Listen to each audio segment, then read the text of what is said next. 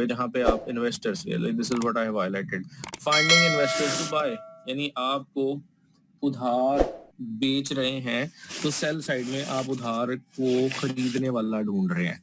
यानी in short किसी company को पैसे चाहिए तो वो कंपनी आपसे आके अप्रोच करती है और वो कहती है कि जी आप ये बॉन्ड्स बना के मार्केट में बेच दें, तो वहां पे वो सेल साइड के तौर पे काम कर रहे होते हैं, जहाँ पे सिक्योरिटाइजेशन का प्रोसेस कर रहे हैं, बॉन्ड बना रहे हैं, मार्केट में फ्लोट कर रहे हैं, उसकी मार्केटिंग कर रहे हैं, उसकी हेल्प कर रहे हैं। बाय साइड में जब किसी इन्वेस्टर के पास ज्यादा पैसे हैं और वो आपके पास आता है और कहता है कि जी यार ये मेरे पास पैसे हैं तो जरा गाइड कर दे मुझे कैसे इसको मैं कहीं पे इन्वेस्ट करूं तो मेरे पैसे की जो है वो रिकम इन रिटर्न की फॉर्म में आना चाहिए, तो वहां पे वो एक अच्छे सिक्योरिटी की तलाश में होती है। तो एक साइड पे वो बेच रहे हैं, दूसरी साइड पे वो खरीद रहे हैं। इन दोनों चीजों को जब हम कंबाइन करते हैं तो इनके इन्वेस्टमेंट बैंक के ऊपर एक सबसे बड़ा क्वेश्चन मार्क आता है कि ये किसके साथ है, बेचने वालों के साथ है या खरीदारों के साथ है, क्योंकि एक साइड पे वो खरीदारों की साइड लेके जो है उनको कहते हैं जी ये बहुत अच्छी सिक्योरिटी है, और दूसरी साइड पे बेचने वालों के साथ मिलके कहते हैं कि जी ये बहुत अच्छी सिक्योरिटी है। So this is not clear कि आप कैसे एक ही साइड वक्त में दोनों साइड्स का साथ दे सकते हैं। तो हम यहाँ पे कहते हैं कि इन्वेस्टमेंट बैंक जो है that is basically they have a inbuilt conflict of interest. Conflict of interest का मतलब ये होता है कि जहाँ पे आप किसी भी जो है वो उसके साथ क्या उर्दू में क्या कहते हैं कि वो उसका हक प्रॉपरली अदा ना कर सके, कि आप न्यूट्रल नहीं होके कोई चीज कर सकते बाय डिफॉल्ट, वो एक कॉन्फ्लिक्ट नजर आ रहा है। मिसाल के तौर पे एक बिजनेस की ट्रांजैक्शन करनी है और एक साइड पे आपके फादर और एक साइड पे आप हैं, तो ये कॉन्फ्लिक्ट ऑफ इंटरेस्ट रहेगा। बीइंग फादर एंड सन आप उस तरह से डील नहीं कर पाएंगे जिस तरह अगर आपका ये रिलेशनशिप ना हो तो कर सके। तो यहाँ पे इसी तरह अगर मैं कहता हूँ कि जी आप ही अपना पेपर बना के आप खुद ही चेक कर लें, that would be a conflict of interest. Impartiality को जो है वो हम आइडेंटिफाई नहीं कर सकते। So this is where it is always raised concern, क्योंकि ये दोनों साइड भाई ये दोनों साइड से पैसे बना रहे हैं और दोनों को ही बेवकूफ बना रहे हैं। बेचने वाले को कहते हैं यार बहुत अच्छी सिक्योरिटी है, खरीद लो, और जिसकी साइड पे खरीदना होता है उसे कहते हैं हाँ तुम भी खरीद लो, बहुत अच्छी सिक्योरिटी, क्योंकि अपने तो पैसे इन्वॉल्व ही नहीं है। So this is where there is a conflict of interest. Then we have some people rightly question whether it is possible some investment banks that make money selling shares of an IPO, for instance, that give honest and unbiased investment advice to investors trying to decide whether they should buy or sell. एक subjective evaluation है, you can थोड़ा सा मैं चीजों को जानबूझ के अब छोड़ूंगा अभी इसके अंदर से। छोड़ने की वजह ये है कि डॉक्यूमेंट्स जो है जो आपके पास अवेलेबल हैं ये कोई हिब्रू लैंग्वेज या पर्शियन लैंग्वेज में नहीं लिखे हुए, इंग्लिश में है, जो कि हमें काफी हद तक पता है। लिहाजा आप सब लोग जो हैं इसको खुद से भी पढ़ने की कोशिश करें। Investment banks are organized. Organize का मतलब है कि फंक्शनिंग कैसे होती है। मिसाल के तौर पर एक ट्रेडिशनल बैंक है तो हम कहते हैं जी सबसे पहले उसकी ब्रांच आ जाती है, तो कुछ फंक्शंस मेजरली ब्रांच के अंदर ही हो जाते हैं। फिर सेकंड क्वेश्चन आता है कि जी मैंने लोन लेना है, तो वो लोन के लिए जो है वो रीजन के अंदर या क्रेडिट ऑफिसर के पास आपका केस प्रोसेस होने के लिए चला जाता है। और फिर आप कहते हैं जी मैंने बहुत ज्यादा बड़ा लोन लेना है या कोई नई प्रोडक्ट लॉन्च करवानी है या बैंक ने कोई नई प्रोडक्ट लॉन्च करनी है, तो हेड ऑफिस लेवल के ऊपर बहुत सारी चीजों को देखने के बाद देखा जाता है। तो हम देखते हैं कि बैंक्स ने अपने ऑपरेशन को डिलीवर करने के लिए बहुत सारी लेयर्स क्रिएट की हुई हैं। हम कहते हैं जी ब्रांच है, फिर रीजन है, फिर उसके बाद आपका प्रोविंस लेवल पे और फिर नेशनल लेवल के ऊपर आपकी जो है वो ऑपरेशन चली जाती है। हर चीज डिफरेंट ऑफ सर्विसेज प्रोवाइड करती है, हर एक का स्कोप, हर एक की रेंज डिफरेंट है। उसी कॉन्सेप्ट को अप्लाई करते हुए यहाँ पे हमारे पास इन्वेस्टमेंट बैंक की जो ऑर्गेनाइजेशन है उसको इस तरह से डिफाइन किया गया कि हमारे पास एक फ्रंट ऑफिस होता है जी। ठीक है, फ्रंट ऑफिस क्या है? इट इज जस्ट लाइक जहाँ पे आपका पहला पॉइंट ऑफ इंटरेक्शन होता है, वहां पे कुछ सर्विसेज प्रोवाइड की जाती है। मिसाल के तौर पे यहाँ पे मेंशन्ड है ये फ्रंट ऑफिस जो होगा। फ्रंट ऑफिस का मतलब है जहाँ पे इंटरेक्शन हो रहा है आपका, जहाँ पे की ऑफिसर्स नहीं बैठे हुए बल्कि जो ready to sell available services हैं वो दी जाती हैं। यहाँ पे इन्वेस्टमेंट बेचने के लिए फॉर एग्जाम्पल यहाँ पे लिखा हुआ कहता है जी कोई कंपनी आ रही है टर्बो चार्ज ग्रोथ के लिए। टर्बो चार्ज ग्रोथ का मतलब है आप एक्वायर करना चाह रहे हैं किसी कंपनी को, आपके पास पैसा बहुत ज्यादा है तो आप उसके लिए पैसा लगा रहे हैं, तो ये फ्रंट ऑफिस ही इसी तरह की सर्विसेज प्रोवाइड कर देगा। नीचे आता है फॉर एग्जांपल एक और एग्जांपल दिया मर्जर एंड एक्विजिशन प्रोसेस के लिए अगर कोई हेल्प चाहिए तो फ्रंट ऑफिस आ जाएगा। ट्रेडिंग से रिलेटिंग, प्रोप्राइटरी ट्रेडिंग के related, like this is mention what is proprietary trading, this type of trading done using complicated mathematical formulas using firms money. Not the clients money is often called proprietary trading, जो अपने पैसों से जैसे वो कहीं हमारे पास cards होते हैं उसके ऊपर किसी भी बिजनेसमैन का नाम लिखा होता है, सोल प्रोप्राइटर या प्रोप्राइटर मालिक, तो अपने पैसों से जल्दी जल्दी आप पैसा लगा के और फॉरेन से चीजें खरीद के फॉरेन ऑन स्पॉट भेज देते हैं, दैट इज प्रोप्राइटरी ट्रेडिंग। और उसके अलावा रिसर्च का काम भी जो है वो किया जाता है। तो फ्रंट ऑफिस बेसिकली इस तरह की चीजों को प्रोवाइड करता है, but we can not simply distinguish के फ्रंट ऑफिस कौन सा है और उसके बाद मिडिल ऑफिस कौन सा है और बैक ऑफिस कौन सा है, बट यस हम कह सकते हैं कि 3 तरह की लेयर्स हैं जो आपस में थोड़ी सी मिक्स्ड है। मिसाल के तौर पे कई जगहों पे हमें ऐसे लग रहा होगा कि शायद वो मिडिल ऑफिस है या वो फ्रंट ऑफिस है, क्लियर नहीं हो रहा होगा, तो we can not simply make a distinction, clear cut distinction नहीं है, but yes there is you can say in terms of the organogram of the company there is a difference between what front office is doing.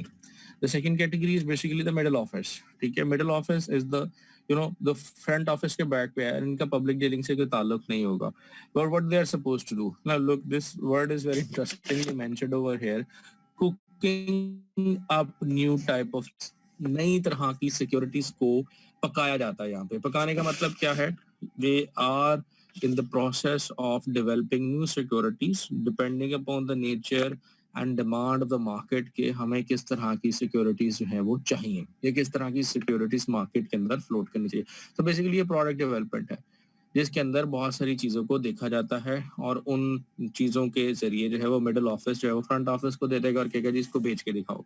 तो you can take it as a research and development wing, जहाँ पे आप पैसे को security की form में convert करने के नए नए तरीके और नए नए तरीकों से उस पैसे को बेचने की जो है वो मार्केटिंग प्लान्स एग्जीक्यूशन वगैरह की जाती है।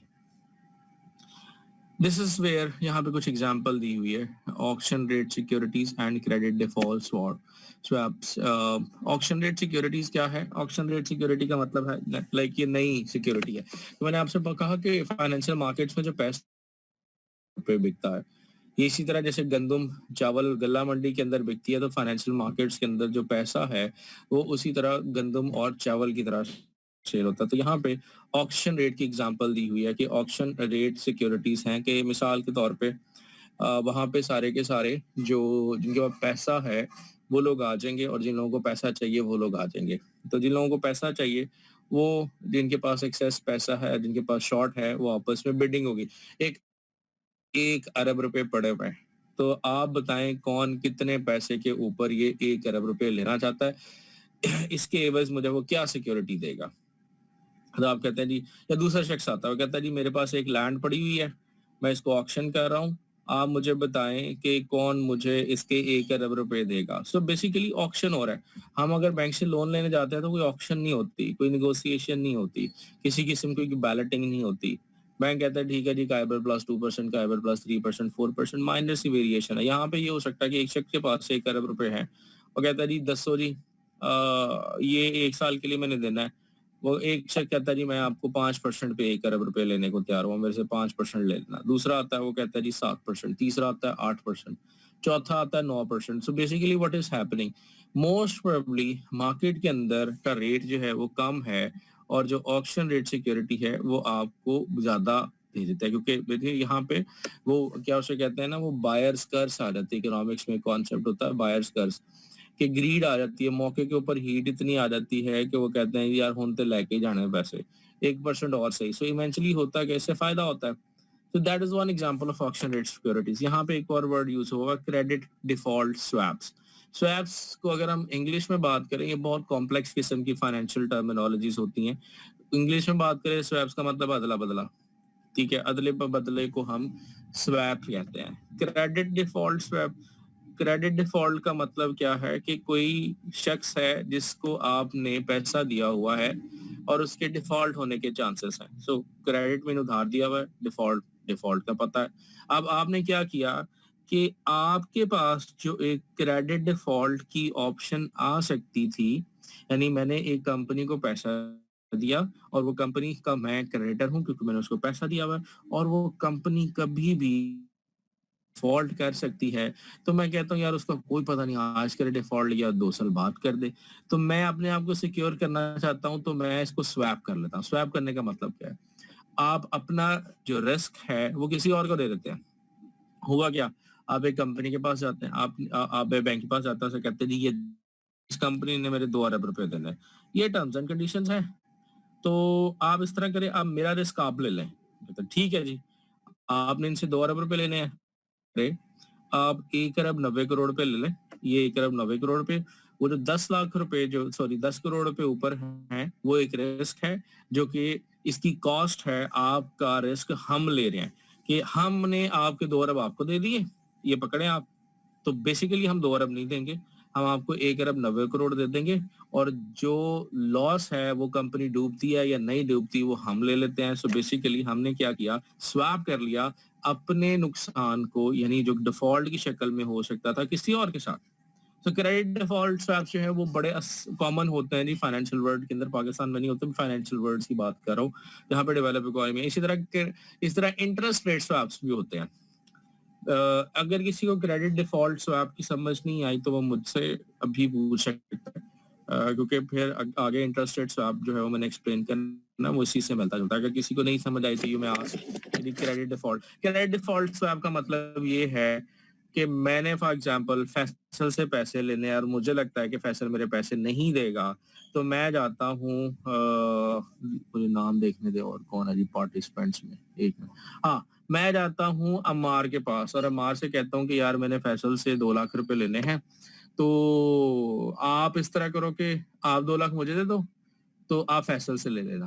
वो कहता है जी अगर फैसल आपके नहीं दे सका तो हो सकता है मेरे भी ना दे, तो मैं आपको 2 लाख की नहीं दूंगा, मैं आपको 1,90,000 दे देता हूँ, और वो 2 लाख मैं फैसल से रिकवर करूंगा।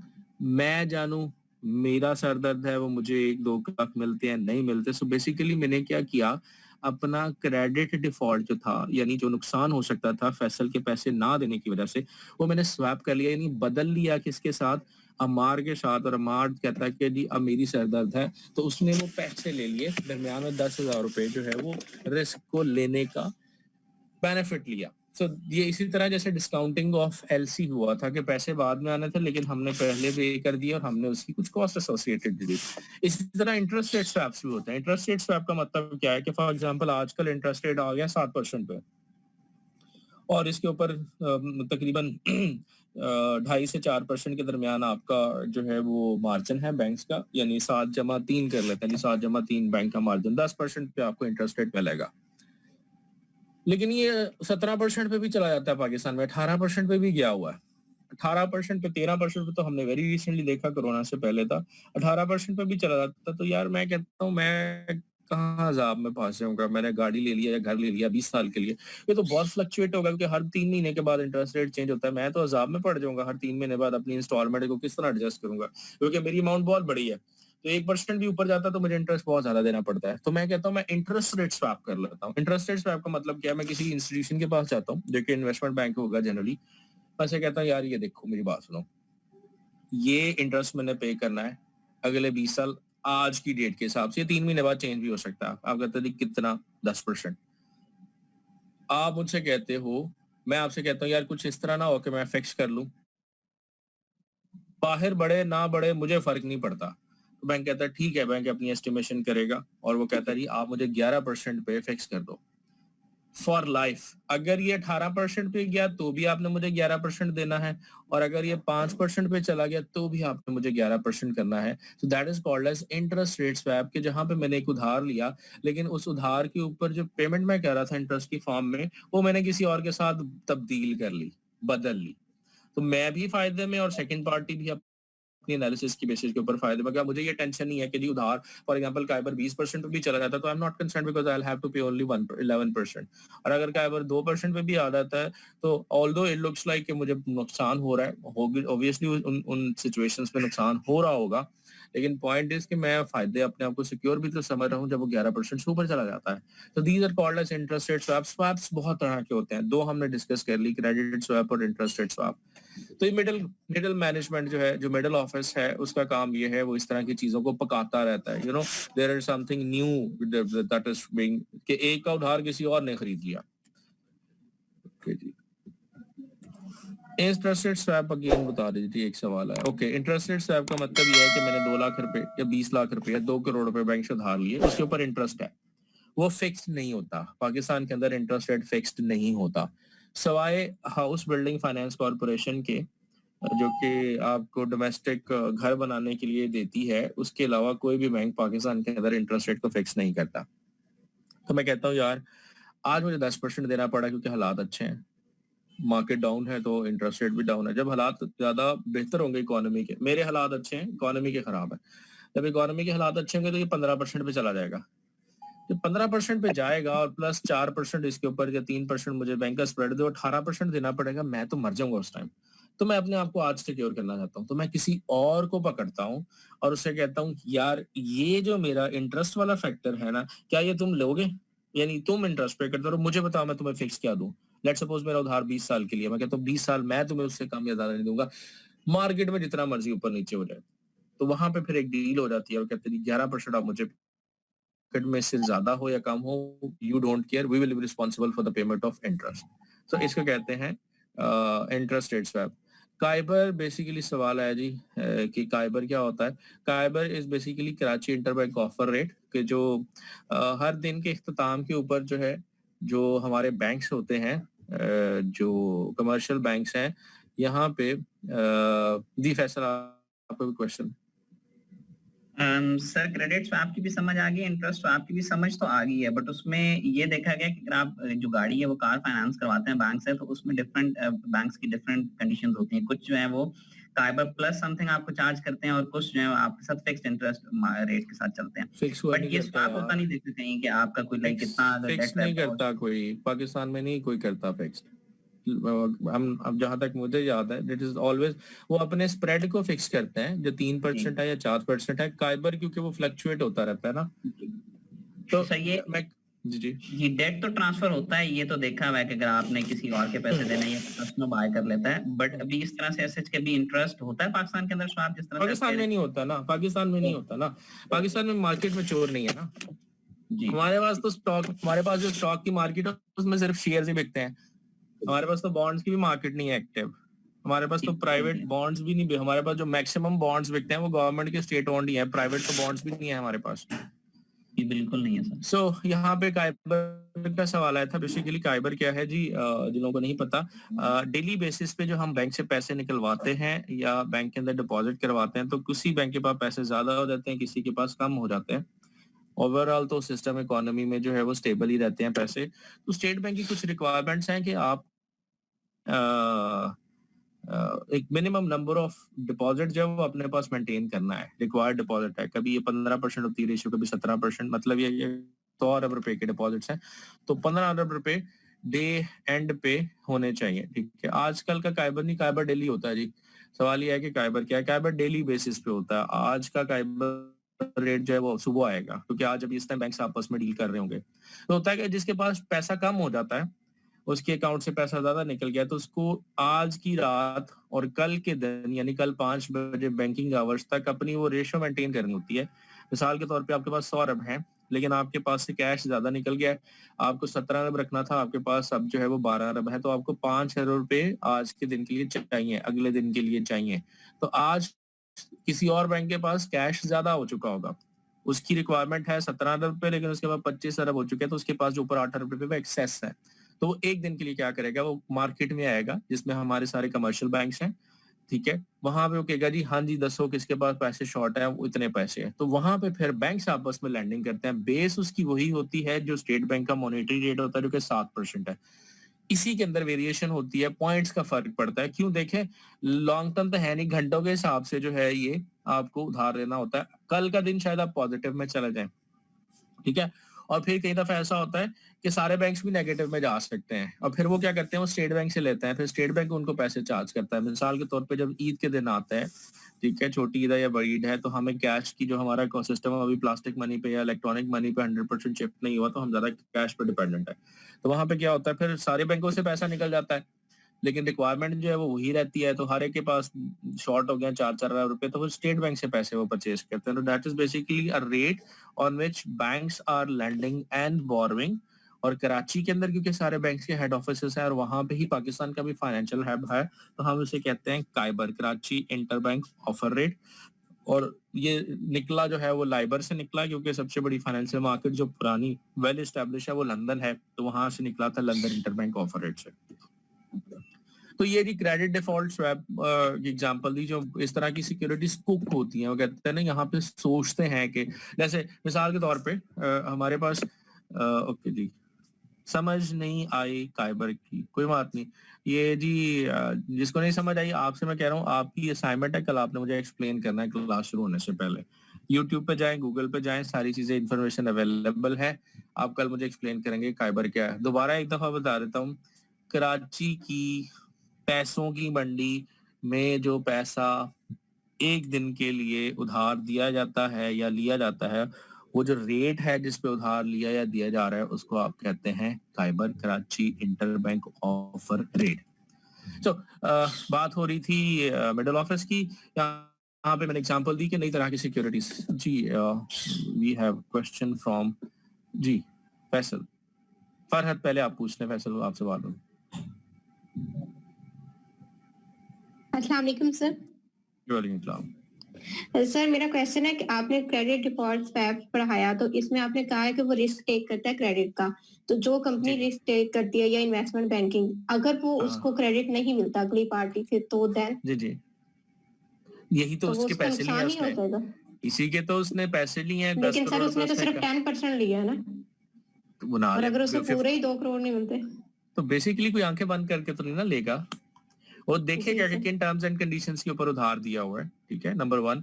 और फिर उसकी जी रीपेमेंट कैपेसिटी पे देखेगा। कोई आंखें बंद, मिसाल के तौर पे एक शख्स है, वो मुझे कहता है जी मुझे 10 लाख रुपए उधार दे दो, मैं आपको 20 लाख दूंगा, और जी वो सर। शख्स जो है वो गदागर है, मांगने वाला है। जी सर। जी सर। 20 लाख तो दे देगा मुझे, लेकिन कैसे देगा? नहीं। मांग मांग के, जी ठीक सर। है। So this is where when someone is taking the risk, वो आंखें बंद करके, वो मतलब इवनिंग बीबीए का स्टूडेंट नहीं है सेक्शन ए का कि पेपर से सवाल आ गया तो जो आया लिख दो। तो ऑब्वियसली जी पैसा सर। इन्वॉल्व है, तो वहां पे लोग बैठेंगे। जी फैसल, आपका सवाल। I would like to add something here. इसमें ये है कि इंश्योरेंस कंपनी भी तो यही करती है कि आपको कहती है कि ये आपका जो 100,000 रुपीज का जो यहाँ पे पड़ी हुई है चीजें, वो कराची अगर सेफ पहुंच जाएंगी तो ठीक है, आप मुझे 10% दे दीजिएगा, नहीं पहुंचेंगी तो देना आपने 10% ही, बट मैं आपको 100,000 एज इट इज दे दूंगी। एग्जैक्टली आप, और फर्दर मसलन क्या होता है कि इवन जो इंश्योरेंस कंपनी जब उनको अपनी उन जो छोटी इंश्योरेंस कंपनीज हैं, इन सब के ऑपरेशन है वो बड़ी इंश्योरेंस कंपनी में फर्दर इंश्योर्ड होते हैं, तो इनको कोई नुकसान नहीं होता। अगर इनको कोई पेमेंट करनी भी पड़ गई है तो वो बड़ी कंपनी से कहते हैं कि भाई ये वाला ऑपरेशन जो है इंश्योर्ड था, और उसका मार्जिन कम होता है। उसकी वजह ये देखे ना, जैसे छांटी होती है ना एक चीज की, तो इंश्योरेंस कंपनी छांटी करके किसी चीज को इंश्योर करती है। वो कभी भी ऐसी प्रोडक्ट को इंश्योर नहीं करती जिसके ऊपर नुकसान हो। मिसाल के तौर पे आप 50 साल से ऊपर है, जाके लाइफ इंश्योरेंस लें, पाँव रगड़ जाए आपको लाइफ इंश्योरेंस नहीं देंगे। वो कहते हैं भाई आप, पाकिस्तान में तो लाइफ एक्सपेक्टेंसी रेशियो मेल की 58 है, 8 साल बाद आपने भुड़क जाना है, ठीक है। तो हम क्यों 8 साल के अंदर आपसे थोड़े से पैसे लें और आपको 50 लाख रुपया 1 करोड़ रुपए की इंश्योरेंस की पॉलिसी दें? तो काम करें अब अपना। और यंग जो होता है उसको कहते हैं कि जी हाँ आए जी आए, इंश्योरेंस करवाएं। क्यों? पाकिस्तान के हिसाब से यंग की जो सिस्टम है, इम्यून सिस्टम है, और उनकी प्रोबेबिलिटी ऑफ डेथ वो कम है, तो वो पहले ही छांटी कर लेती है इंश्योरेंस कंपनी, अच्छी प्रोडक्ट रखती है अपने पास जिसके डिफॉल्ट होने के चांसेस कम होते हैं। और फिर क्योंकि वो प्रोडक्ट यानी उनकी जो इंश्योरेंस, पीछे एक और इंश्योरेंस कंपनी ने उसको इंश्योर करना है, उसको पता है इन्होंने छांटी की हुई है पहले से। तो अगर आपसे हम 10% 5% प्रीमियम चेंज कर रहे हैं, तो पीछे वाली कंपनी शायद 0.1% के ऊपर इंश्योर कर रही हो, क्योंकि उसको पता है इस प्रोडक्ट के अंदर डिफॉल्ट होने के चांसेस बहुत कम है।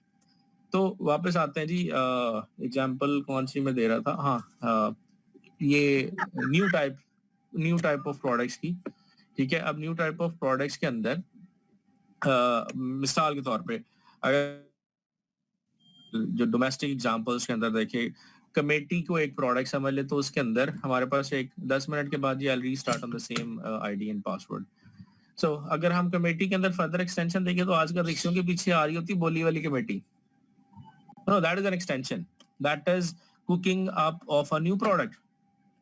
ये एक बेस्ट एग्जांपल है। आगे चलते हैं जी। I think I have a question.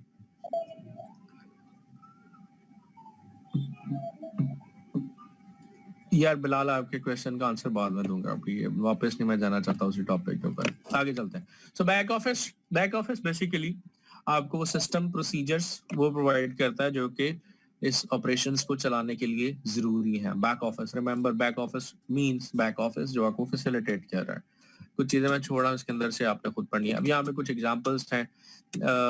हालांकि 2012 की वैल्यू है, we are less interested in numerical value, we are more interested in the text. जरा देखें जेपी मॉर्गन के पास पैसे कितने पड़े हुए हैं, $7 बिलियन रेवेन्यू। इमेजिन पाकिस्तान को 100 अरब चाहिए, ये एक कंपनी है, इसके बाद कितने पैसे पड़े हुए। मॉर्गन स्टैनले $26 बिलियन, गोल्डमैन सैक्स $34 billion. And remember it is 2012, approximately 8 को डबल कर लें। Types of investment banking operations, बड़ा छोटा उससे बड़ा। Bulge bracket, you know bulge bracket का मतलब क्या है,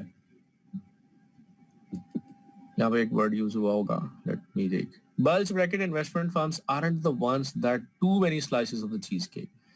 Instead, bulge bracket is commonly used slang कहते हैं जिसे हम कहते हैं ना अपनी लोकल लैंग्वेज के अंदर हमने कोड वर्ड्स रखे होते हैं, वो अल्फाज जिनका सिर्फ चंद लोगों को पता होता है कि उसका बैकअप पे मीनिंग क्या है, जो आपने कोड रखा होता है। तो स्लैंग यानी एक ऐसा वर्ड जिसके डिक्शनरी मीनिंग कुछ और है लेकिन ऑपरेशनल मीनिंग कुछ और है।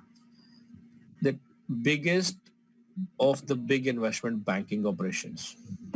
बल्ज ब्रैकेट का मतलब सब कुछ करने की बजाय, यानी वो सारा कुछ करने की बजाय कुछ चीज को पकड़ लेते हैं और उसमें वो चैंपियन है, उसमें उनका कोई कंपैरिजन नहीं है, वो जो वो काम कर रहे हैं वो ही कर रहे हैं और हम कहते हैं कि जी उससे बड़ा इस इंडस्ट्री के अंदर कोई नहीं है। फॉर एग्जांपल लाहौर के अंदर या पंजाब के अंदर अगर हम केटरिंग की बात करें या इवेंट्स की बात करें तो आरिफ सन्स का नाम आता है। ये जितने भी बड़े इवेंट्स होते हैं उसके ऊपर जो हैं वो आरिफ सन्स की तरफ से की जाती हैं।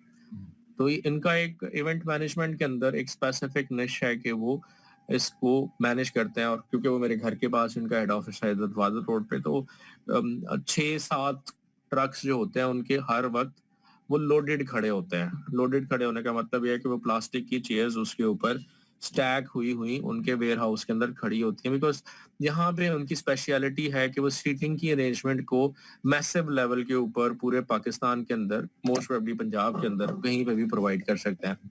दूसरी एग्जांपल हमारे वो नेशनल डीजे भट्ट साहब है, साउंड सिस्टम का एक उनका जो सेटअप है 126 दिन का जो उन्होंने दिया सेटअप, उसके बाद उनकी मार्केटिंग इतनी हुई कि अब हम ये कह सकते हैं कि वो साउंड सिस्टम के ऊपर डीजे भट्ट और भी करने वाले होंगे, लेकिन वो एक बड़ा हो गया। तो यहाँ पे बेसिकली कि आप एक चीज को पकड़ लेते हैं और उस एक चीज के अंदर आप इतने स्पेशल हो चुके हैं कि आपका साइज बहुत बड़ा हो चुका है और आप शायद वहां पे वॉल्यूम्स में डील करते हैं मिनिमम मार्जिन के साथ और बहुत ज्यादा पैसे कमाते हैं। Next is boutique, smaller firms, this is mentioned, smaller investment banks and traditional banks that choose to focus on one or selected few areas. छोटी छोटी प्रोडक्ट्स जिसके ऊपर वो फोकस कर रहे हैं, बुटीक्स के ऊपर, ज्यादा बड़े ऑपरेशंस में नहीं जा रहे, limited services investment banking provide करते हैं। और रीजनल से नाम आपको वैसे ही पता चल गया कि रीजनल जो है वो किस तरह से पैसे दे रहे हैं। अब यहाँ पे फॉर एग्जांपल लाहौर के अंदर, पाकिस्तान के अंदर जो सिरामिक स्टाइल बनाने वाले हैं वो बहुत ज्यादा है, लेकिन पाकिस्तान के अंदर सबसे बड़ा नाम जो है वो मास्टर टाइल वाला का। मुझे इस वजह से इमीडिएटली याद आया कि 2 दिन पहले उनकी एक शादी चल रही है लाहौर के अंदर, आई थिंक खत्म होगी अभी या नहीं खत्म हुई, खत्म होगी है शादी, किसी को आइडिया है? पता ही नहीं है ज्यादा है, आपको बस ये पता है कि वो क्या उसे कहते हैं, पबजी में मेरी इतनी स्टेज हो गया वहां पे बाहर। तो अभी रिसेंटली इनकी चल रही थी शादी, it was major media attention, I think खत्म होगी और उन्होंने काफी पैसा लगाया उसके ऊपर। तो पाकिस्तान को वही समझ ले जो इंडिया के अंदर उनकी इनकी शादी हुई थी पिछले साल, इस पे ऑनर की बेटे की शादी थी उसकी, मास्टर टाइल वालों के, हाँ सॉरी मास्टर टाइल वालों के, वो सबको ही बुलाया हुआ था उन्होंने, तकरीबन जिन जिनको वो बुला सकते थे वो सब लोग खुद ही आए हुए थे। पर वो इस वजह से काफी इंपॉर्टेंट लाइमलाइट में थी क्योंकि उन्होंने पैसा काफी ज्यादा लगाया था, जितने उनके पास पैसे हैं उस हिसाब से ऑब्वियसली इट वाज रिक्वायर्ड। अगर वो सादगी से करते तो हम लोगों ने कहना था कि लो जी इन्ने पैसे कमा के जो ब्याह शादियां तो नहीं लाना तो फायदा, ठीक है, और अब उन्होंने लगा दिया, तो हम लोगों को ये तकलीफ होती है कि शर्म नहीं आती, लोगों को इतने पैसे लगा दिए, स्टैंडर्ड इतना बढ़ा दिया, अब जिसके पास पैसे नहीं है वो क्या करेगा? So we are never happy.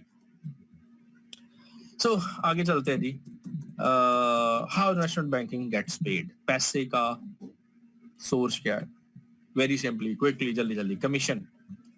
ना अपना पैसा लिया, ना अपना पैसा लगाया, और एक प्रॉपर्टी डीलर की तरह बायर और सेलर को मिलाया और दरमियान में से कमीशन ले लिया। या आप कोई प्रोडक्ट डेवलप करके दे दी, कमीशन ले लिया, कुछ सर्विस दे दी, कमीशन ले लिया।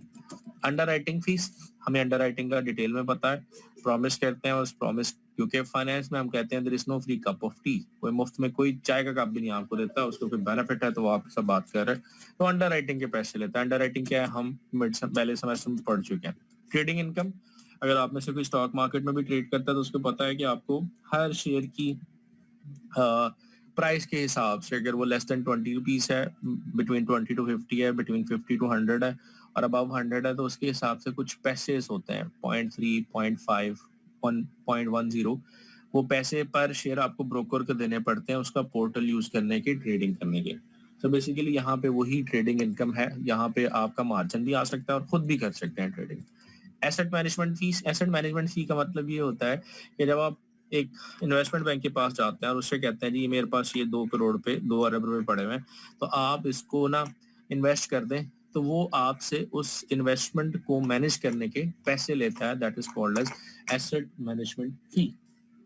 Next is advisory fee, obviously कोई आ जाता है आपसे। जी जी क्वेश्चन है सर, जब आप ये देखें वहां पे एक बैंक भी है, ये जो लिबर्टी राउंड अबाउट होता था ना, उसके पास HBL वालों ने अपना एसेट मैनेजमेंट खोला है, तो इसका सर मेन क्या ये लाइक ये इन्वेस्टमेंट, अगर आप बिजनेस में अगर आप shares, basically asset management Pakistan के अंदर जो लिमिटेड है वो ओपन एंडेड म्यूचुअल फंड्स है, ठीक है, नाफा फंड्स है नेशनल बैंक का, ठीक है, वो भी एसेट मैनेजमेंट है। असल में तो वो नेशनल बैंक का नहीं है, वो सिंगापुर की एक कंपनी है, वो नेशनल बैंक की ब्रांच नेटवर्क को यूज कर रही है for receiving money and for paying money, ठीक है, तो वो यानी नेशनल बैंक को यूज कर रही है एक ऑब्जेक्ट के लिए, क्योंकि बजाय इसके कि वो अपने ऑफिस बनाए, तो नेशनल बैंक के अंदर वो एक और टेबल लगा होता है, और जो शख्स बैठा होता है वो नेशनल बैंक का एम्प्लॉय नहीं होता, वो नाफा वालों का एम्प्लॉय होता है। नाफा का और नेशनल बैंक का सिर्फ एक जॉइंट वेंचर है। सो एसेट मैनेजमेंट है क्या? पैसे पकड़ने आपके पास प्रोडक्ट्स हैं, आपने लोगों से कहना है भाई आप कोई नई प्रोडक्ट बनवा के खरीदना चाहते हो तो हम खरीद देंगे, अदरवाइज हमारी जो अवेलेबल प्रोडक्ट्स हैं इसमें आपके पैसे लगा देंगे। ये हमारा हिस्टोरिकल रिटर्न है, यानी पिछले 5 सालों में इसमें इतना कमाया, तो आप भी आ जाएं इसके अंदर, चार्ज नहीं करेंगे सिवाय एसेट मैनेजमेंट फीस के, और वो थोड़ी सी होती है, इसे हम फ्रंट एंड कहते हैं, और वो इतनी ज्यादा नहीं होती, 0.5, 0.1 पॉइंट में होती है, और उसको जब परसेंटेज में करेंगे तो और कम हो जाती है। लेकिन जब वो बिलियंस में जाती है, लोगों के इकट्ठे हो गए, फॉर एग्जांपल नाफा फंड के पास 100 बिलियन से ज्यादा का पोर्टफोलियो है, तो लेकिन इंडिविजुअल कस्टमर को कोई फर्क नहीं पड़ता उससे, क्योंकि वो टेक्निकली इतनी ज्यादा नहीं होती।